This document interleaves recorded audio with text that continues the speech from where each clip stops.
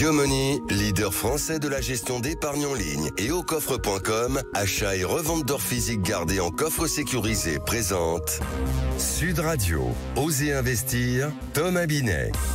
Toujours et poursuite de votre rendez-vous du dimanche avec Thomas Binet. Cette fois, c'est l'heure d'oser investir. C'est le moment d'oser investir. Votre rendez-vous prolongé, plus complet en cette rentrée. Et vous allez aborder quel sujet ce matin, mon cher Thomas? Maxime, on va parler dépenses ce matin. Dans un premier temps, on va parler du vrai coût des abonnements mensuels et comment ne pas se laisser dépasser par une facture numérique salée. Et est-ce le bon moment pour investir en bourse? Comment s'y prendre? Est-ce ouvert à tout le monde? Anne Guignard, directrice générale de la Place des investisseurs, association œuvrant pour l'actionnariat individuel en France, est notre invité. Et nous sommes également avec Marion Chapelle-Massot, notre experte en gestion de patrimoine, qui va nous parler de la retraite et des bonnes décisions à prendre. Eco-Réseau Business, le magazine de référence des investisseurs, présente Sud Radio, Osez investir, le conseil de la semaine. Mais pour bien commencer, Thomas, oser investir, vous avez évoqué le sujet. On parle très souvent des abonnements, mais on parle aussi souvent du prix affiché des abonnements. Mais leur vrai coût, et ça malheureusement on le découvre parfois sur la facture, ce n'est pas si évident. Qu'est-ce que vous entendez par là? Sur nos factures, Maxime, justement, on voit souvent 9,99 €, 14,99 €. Ça paraît léger, mais additionné, ça peut représenter quand même plusieurs centaines d'euros par an. D'ailleurs, en France, un foyer dépense en moyenne 49 € par mois pour ses abonnements numériques. Et souvent, on oublie qu'on s'engage parfois sur la durée. Ou qu'on paye pour des services, d'ailleurs, qu'on n'utilise même pas. Le vrai coût, c'est celui de la somme et quand même de l'inertie. Mais est-ce qu'on sait pourquoi on a tendance à se laisser totalement embarquer comme ça? Qu'on n'est pas vigilant en réalité quand on chope l'abonnement, la bonne affaire? Vous savez, les 9,99, 14,99 dont je vous parlais, c'est ce qu'on appelle en marketing le prix magique. Mais il n'y a rien de magique quand même dans ça. C'est surtout de la psychologie. Le prix rond sous la barre des 10 ou 15 €, ça donne l'impression que c'est anodin. Et puis les plateformes jouent sur la simplicité. Un clic pour s'abonner, mais plusieurs étapes pour résilier. Infernal. Résultat, beaucoup préfèrent laisser couler, laisser tomber. Et c'est pour ça qu'en moyenne, chaque foyer français d'ailleurs cumule un peu plus de 3 abonnements numériques actifs, parfois sans même en avoir conscience. Mais si vous nous dites ça aujourd'hui, Thomas, c'est qu'il y a des moyens potentiellement de reprendre en main, de faire le tri dans ces abonnements? Déjà, j'aurais tendance à dire qu'il faut faire son petit audit personnel, lister tous ses abonnements, vérifier si on les utilise réellement. Ensuite, on ne pas hésiter à regrouper ou à partager certains services quand c'est possible, ou enfin instaurer un réflexe avant de souscrire, se demander est-ce que dans 6 mois, j'en aurai encore besoin? Ça change un peu la perspective. Et puis peut-être aussi changer la méthode de calcul, c'est-à-dire qu'il ne faut pas voir uniquement le prix mensuel, mais peut-être directement calculer ce que ça pourrait nous coûter à l'année. Ça change. Absolument. Et surtout, c'est une question d'attention et de discipline. Un abonnement, ce n'est pas qu'un clic, c'est un engagement financier sur la durée. Et on n'oublie pas que ce qu'on dit souvent, ce qui n'a pas de prix a un coût. Ça, c'est certain. Haussmann Executive Search, leader du recrutement sur les métiers de la finance et de l'immobilier, présente Sud Radio, Osez investir, l'invité. Et l'heure de recevoir vos invités. Thomas, cette semaine, nous sommes avec Anne Guignard. Bonjour. Bonjour. Vous êtes la directrice générale de la Place des investisseurs qui œuvre précisément à la promotion et l'éducation de l'actionnariat individuel en France. En réalité, cela veut dire que vous réunissez dans votre association plus de 5 millions d'investisseurs individuels. C'est votre invité, Thomas Binet. Merci Maxime.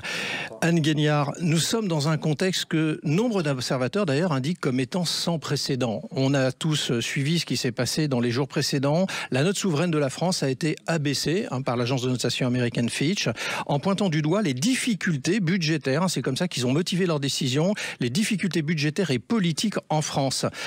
Concrètement, à quoi doit-on s'attendre dans les semaines, les mois qui viennent, sur le plan financier en France ?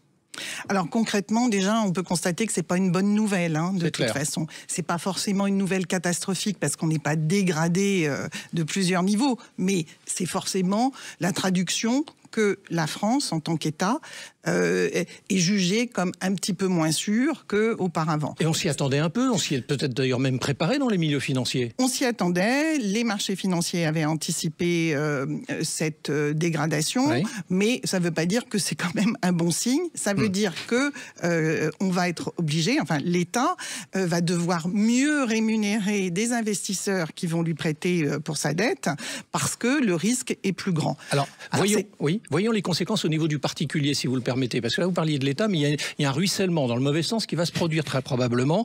Les taux d'emprunt vont donc probablement monter. Je vais vous laisser nous le dire si c'est le cas pour vous. Le prix de l'argent va valoir peut-être plus cher. Comment ça va se traduire pour quelqu'un qui, par exemple, veut acheter une résidence principale? Effectivement, on peut s'attendre à ce que si l'État effectivement doit payer plus pour pouvoir emprunter, ça va avoir un ruissellement sur les entreprises et ça va avoir un ruissellement aussi sur les particuliers, sur les banques. Enfin, c'est toute l'économie qui va être impactée.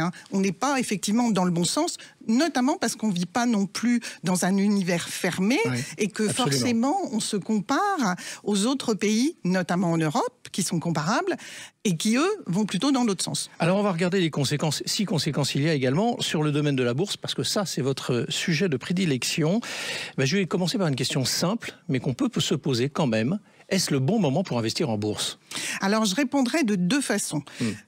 Parce que il y a quand même un phénomène important à prendre en compte, c'est que depuis le Covid, on a des nouveaux entrants. Plus d'1 500 000 individus, investisseurs, pas simplement qu'en bourse, mais sur toutes les classes d'actifs financières, sont venus. Donc ça, c'est un mouvement très, très intéressant. Et je dirais que oui, c'est le moment de s'occuper, de se préparer un patrimoine pour la retraite. C'est le moment de se former et de s'éduquer avec une grille économique. Et la bourse en fait partie.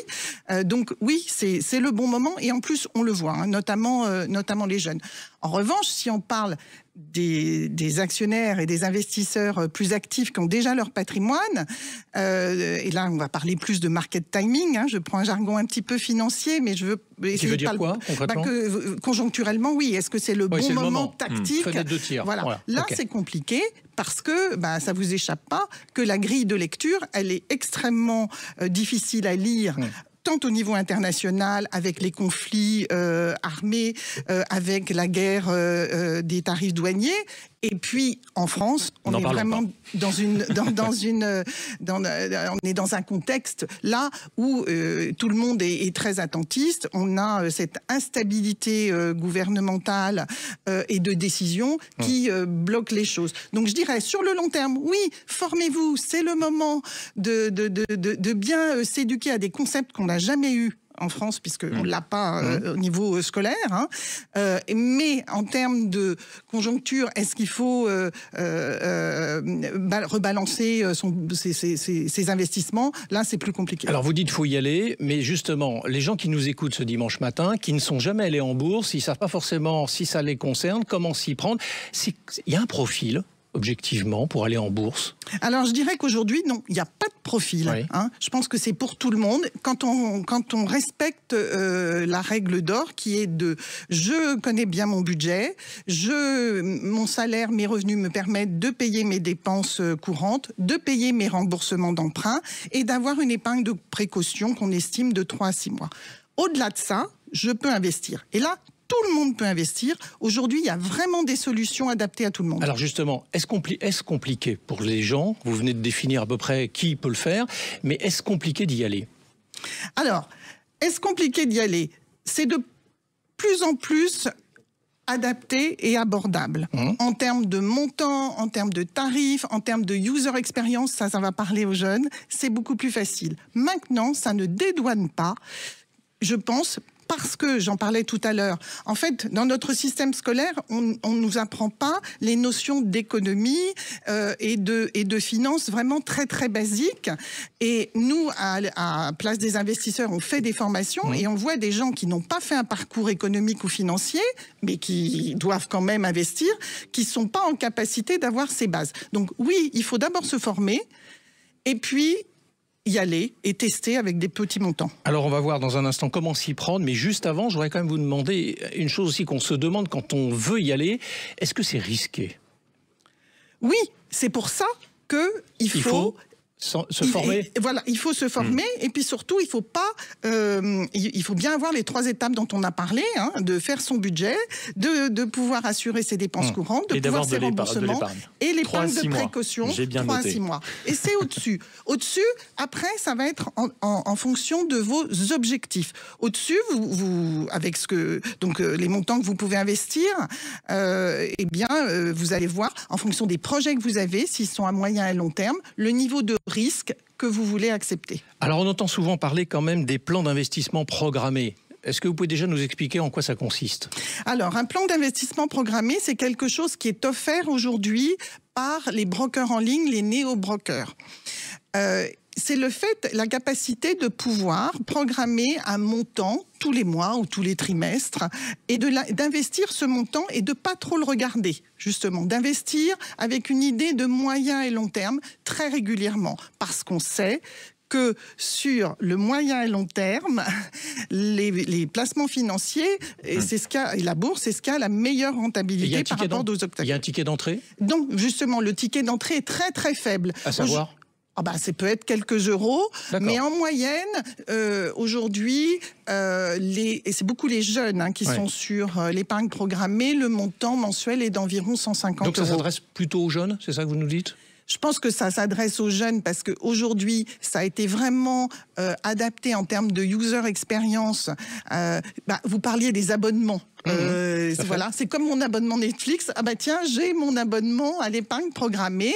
Ça va se faire automatiquement et je regarderai ça sur le moyen et long terme. Mais attention, il y a beaucoup nous, dans nos adhérents, on a beaucoup de générations plus âgées, je dirais, et qui cherchent aussi à se former, à avoir une diversification de leurs actifs. Et voilà, ils peuvent s'y intéresser aussi. Anne Guignard, ces plans d'investissement programmés, si ceux qui nous écoutent ce dimanche matin sont intéressés pour en souscrire, ils peuvent les souscrire auprès de qui? Ça sera donc ma dernière question.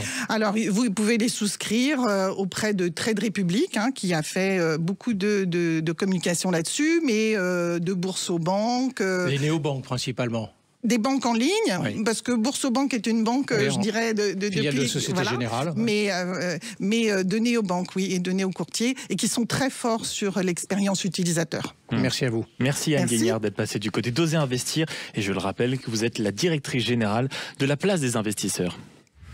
Blockshare, le cercle immobilier des investisseurs avisés, présente Sud Radio, Oser Investir, le coin de l'expert.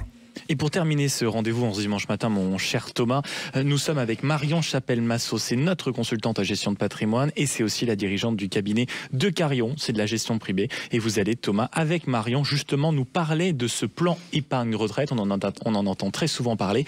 On l'appelle plus régulièrement le PER. Absolument, Maxime. Et on va rappeler quand même, avant de donner la parole à Marion, qu'un PER, d'abord, c'est une solution pour mettre de l'argent de côté durant sa vie active afin de disposer d'un capital ou d'un revenu complémentaire une fois à la retraite, tout en profitant d'avantages fiscaux. Voilà, cette précision étant faite, Marion, quels conseils allez-vous donner à nos auditeurs aujourd'hui au sujet du PER ? Eh bien, Thomas, ce matin, j'aimerais commencer avec une phrase d'André Mauroy. Oui. Un homme n'est vieux que lorsque les regrets ont pris place des espérances. Et justement, pour éviter les regrets, eh bien, je vais vous parler de l'urgence de s'en préoccuper. Alors, vous avez raison, un regret ou remords, il faut toujours choisir son camp. Pourquoi, Marion, il y a urgence ? Eh bien, car nous abordons la fin de l'année et c'est maintenant que 2026 va se décider. Alors, dans le cas où vous avez déjà un PER, c'est le bon moment pour y faire des versements. Ils seront déductibles de votre revenu imposable 2025. Et si vous n'en avez pas encore, alors posez-vous sérieusement la question d'en ouvrir un pour prendre date et préparer votre avenir. Mais alors, en quoi, Marion, c'est réellement avantageux d'avoir un plan d'épargne retraite ? Alors, c'est avantageux si vous avez une approche stratégique. Je vous explique. Le PER est un outil d'optimisation fiscale redoutable si l'on adapte ses versements à sa fiscalité. 3 raisons principales de le faire. La première, plus votre tranche marginale d'imposition est élevée, plus l'économie d'impôt est forte. Ensuite, vous pouvez verser jusqu'à vos plafonds de déductibilité visibles sur votre avis d'imposition. Et surtout, profitez des années à revenus exceptionnels pour faire un gros versement, comme si vous receviez un bonus prime cession. C'est là que le gain fiscal est maximal, Thomas. Donc 3 raisons, vous venez de les évoquer. Et à la retraite, que va-t-il se passer ? Eh bien, comme vous l'avez dit tout à l'heure, vous récupérez votre épargne, soit en rente ou en capital, selon ce que vous aurez choisi. En attendant ce moment-là, eh bien, l'État vous aide à épargner en allégeant votre impôt tout au long de votre vie. Alors, autant en profiter. On va en profiter. Merci à vous, Marion. Merci beaucoup, Thomas. C'est la fin de ce rendez-vous. On vous retrouve évidemment à partir de dimanche prochain. Avec plaisir. Sud Radio, Osez investir, Thomas Binet. Avec Yomoni, leader français de la gestion d'épargne en ligne, et aucoffre.com, achat et revente d'or physique gardé en coffre sécurisé.